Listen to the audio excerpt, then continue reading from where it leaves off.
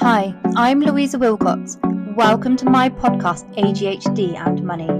I'm a money mentor for ADHD entrepreneurs with over 15 years experience in the financial world. Having ADHD myself, I know how hard it can be to not only navigate this crazy entrepreneurial world, but also the challenges ADHD entrepreneurs have with managing money too. I know. You're probably thinking I'm terrible with money. I spend far too much. I'm just feeling out of control. I get told these things all the time. I promise you, you're not alone. But it doesn't need to be this way. This is my area of expertise. I've already helped countless ADHD entrepreneurs take control of their money, and I'm going to be spilling the secrets on how you too can do this. So let's get started, shall we? Hello and welcome back. Now this week I would like to dive into the nitty-gritty of managing your business finances with confidence and ease. Now, I think it's really important that we talk about this because as business owners, we really need to overcome that financial overwhelm. When we go into business, when we become an entrepreneur or a business owner, whatever you want to call yourself, we do it doing the things that we love. And typically, finance is one of those things that goes on the back burner. But first things first, I think it's really important that we talk about identifying the sources of financial overwhelm. It's no secret that being an entrepreneur comes with its own fair share of stresses. At the end of the day, as I said, we go into business doing the things that we love, but actually we have to do a bit more than that. And that's our marketing, that's our sales, and finances comes within that.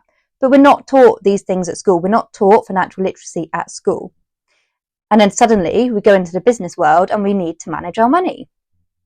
And the stresses come from managing cash flow, fluctuations in the finances, debt to taxes, unpredictable income. And there's a lot that can really make your head spin. Now, I remember when I first my own business, the constant worry about whether I'd make enough to cover my expenses was really worrying, and I'd often find myself staring at the spreadsheet, feeling sometimes quite lost and overwhelmed. I expect you can relate to that, can't you? Now, and that's me as a money mentor who runs a bookkeeping business and my financial education business as well, and it is completely normal. But what can you do about it? Let's break it down. First of all, identify the sources of your overwhelm. The first step to tackling financial overwhelm is actually knowing what's causing it. Is it the fear of not having enough cash flow, the dread of tax season, which is actually quite a big one for business owners? Or maybe it's the anxiety over fluctuating income. Once you really understand where the sources are coming from, you can start addressing them. And it's really important you do this one by one rather than all at the same time, because that causes a lot of overwhelm as well. So what is it that's causing you this stress?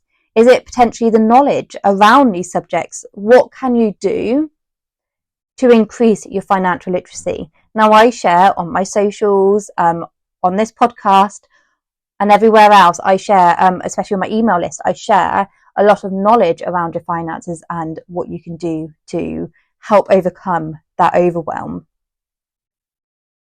And a really important part of this then is actually looking at our mindset. Shifting your mindset around money can really significantly reduce anxiety and increase your confidence. One really powerful technique is gratitude.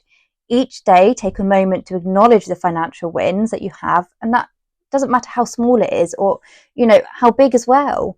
This could be landing a new client, paying off a bit of debt, and it might even simply be having a productive day. They are all wins, and it's really important that we concentrate on these because we do sometimes focus on the negative, and when we focus on the negative it can be really hard to actually look at how far you have come, because business is a journey, entrepreneurship is a journey, and it's a long one at that. And every day you're going to have wins, and sometimes you're going to have days that don't go quite so well. So it's really important you practice gratitude around the wins and around what you're doing, because you are creating something great. So make sure you take the time to acknowledge that and celebrate it. And something else that I've been really looking at, and I'm learning myself now, is actually visualization It's a really great, powerful tool, and it's really interesting when you dive down into this as to how it works. I've heard quite a lot of people say about how athletes will visualize themselves at the finish line to help them win, to get them over that finish line. And we hear people say how powerful that is. Now, if you do this within your finances, and if you've created yourself those goals that you're trying to achieve, spend a few minutes visualizing your goals. Picture yourself achieving them. And then how does it feel? This is going to shift your mindset from a place of fear to one of abundance. And it is actually quite powerful when we do this. Personally, I've found that embracing an abundance mentality has made a world of difference. And instead of focusing on what I lack, I focus on the opportunities and the possibilities ahead. That doesn't mean that I don't have bad days, but what I try to do now is actually look at the learnings and the positives within those bad days. And it might be that something hasn't quite gone right, and it's okay going, okay, what is the learning from this? What can I do differently next time? How can I take this on board to make a difference? And when we are visualizing us achieving those goals, our brain doesn't actually properly determine from things from reality to the things that we are making it feel. It's quite interesting when you dive into this topic, and I'm not an expert here. I am listening to and reading a book. I listen to podcasts and reading a book on it at the moment. And it's really interesting about how the mind works. So when we are visualizing us achieving our financial goals, what it is that we want, our brain automatically seeks things that we are doing to help us reach that, because our brain is trying to get us to that point, because our brain is like, oh, that's where we should be. So we automatically start looking for things that are going to help us achieve that financial goal. Now, when we are going through our finances, it's really important that we actually look at time management as well.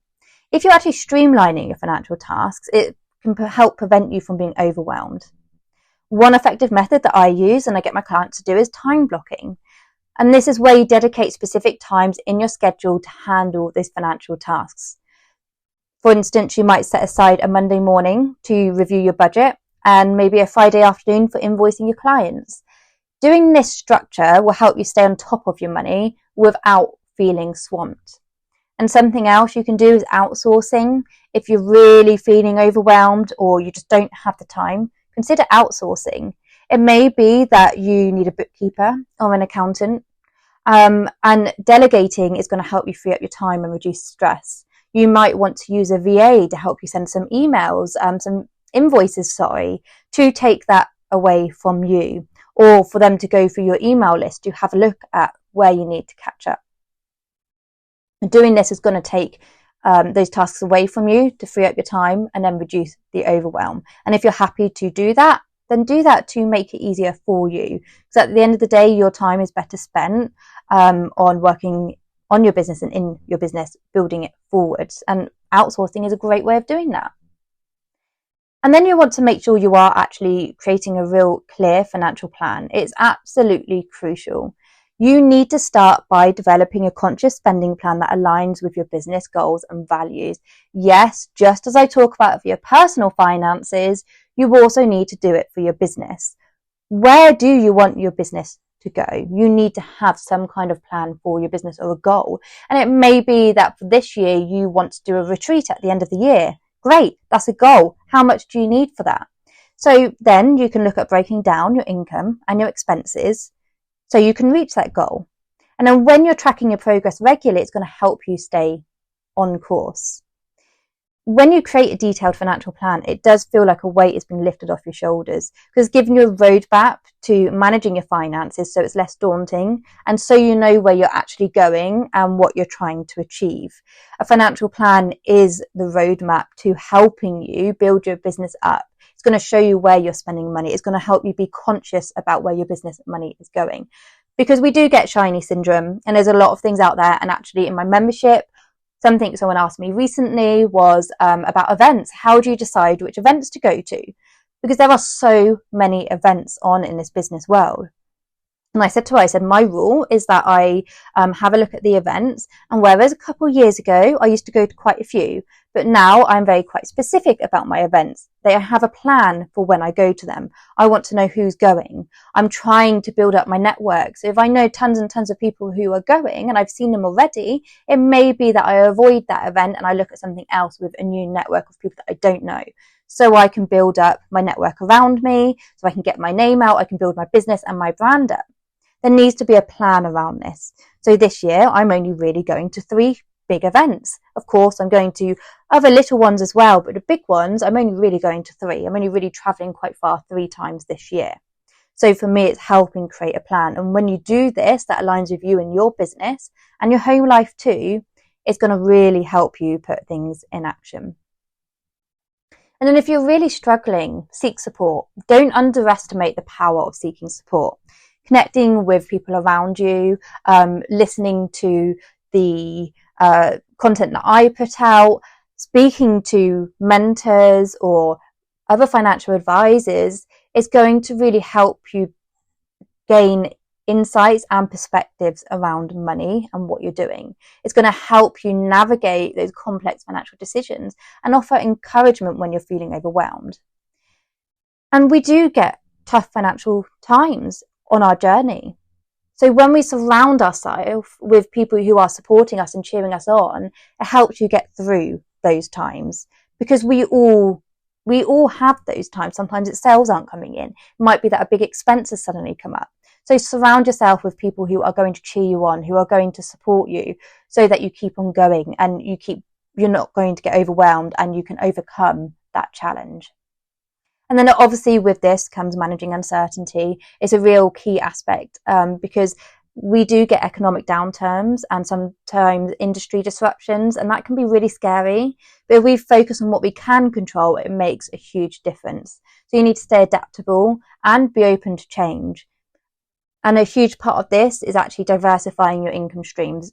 So you actually create a more stable financial foundation. So it may be that you look at passive income or different things within your business to bring in different types of income streams. Because really, to create a stable business that's growing, we need passive income. We need money coming in from lots of different places so you can keep paying yourself. And I really want to talk to you about self-care. Self-care is so important.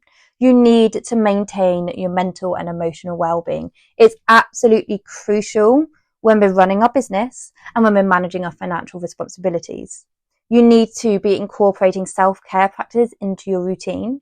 So that could be exercise, it might be mindfulness. Sometimes it is actually setting boundaries. It may be that actually I'm not going to start working until I have exercised after dropping my children in the morning, and then I'm going to start work. Not only are you going to help your physical health, you're going to help your mental and emotional health too. And I can guarantee that the work you do during that day is going to be a lot more productive. When I started prioritizing my self-care, I honestly noticed a significant improvement in my ability to handle financial stress and stresses within my business day as well. So go and take a walk, do some meditation, or just set aside maybe even half an hour for some hobbies so that you are filling your own cup.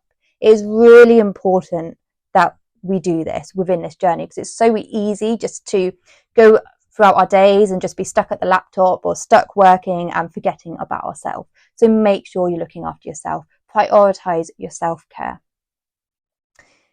And then let's learn from setbacks. Financial setbacks are inevitable. It's so important we talk about these. And when I talk about open money conversations, financial setbacks are some of those, because they don't have to define your journey. So really think about how you've overcome past financial setbacks and what lessons you've learned from them. What has it taught you? Because financial setbacks teach you the importance of adaptability, if I can say it, and perseverance. And it gives you a learning opportunity to refine your approach and come back stronger. And it can be really difficult when you're in that point, but just remember it's all a learning curve. So learn from them and improve and keep going. There is not a single entrepreneur or business owner who hasn't had some kind of setback. It doesn't matter who you speak to, they've all had something. And that could be a failed launch. It could be a client who didn't pay them. And these are going to help us actually refine the way we do business, refine our contracts, and push us forward so that we're learning from these. So by addressing all of these areas, by identifying sources of overwhelm, shifting your mindset, managing your time effectively, creating a financial plan, seeking that support, you need to handle the uncertainty, prioritize your self-care and learn from the setbacks. You really will overcome financial overwhelm and thrive as a business owner. And please remember, you're not alone on this journey. There's so many of us out there. Make sure you're surrounding yourself with like-minded people who really help you build up your business, your tribe, if you want to call them. Reach out for that support and be open, have a conversation, because I can guarantee you, if you are feeling overwhelmed, someone else is feeling it too. But only when we reach out for support and talk about this do we realize that we're not alone. So take things one step at a time and celebrate your progress along the way. Celebrating yourself and what you are doing and what you are achieving is so important, because I can guarantee you are closer to what you are wanting to achieve today than what you were yesterday. Thank you for tuning into today's episode of ADHD and Money. If you found this episode helpful, please subscribe to this podcast, leave a review and share it with your fellow entrepreneurs, so we can continue these conversations and support each other in building financially healthy businesses and a financially healthy and wealthy life. Until next time, take care, and I'll catch up with you all soon.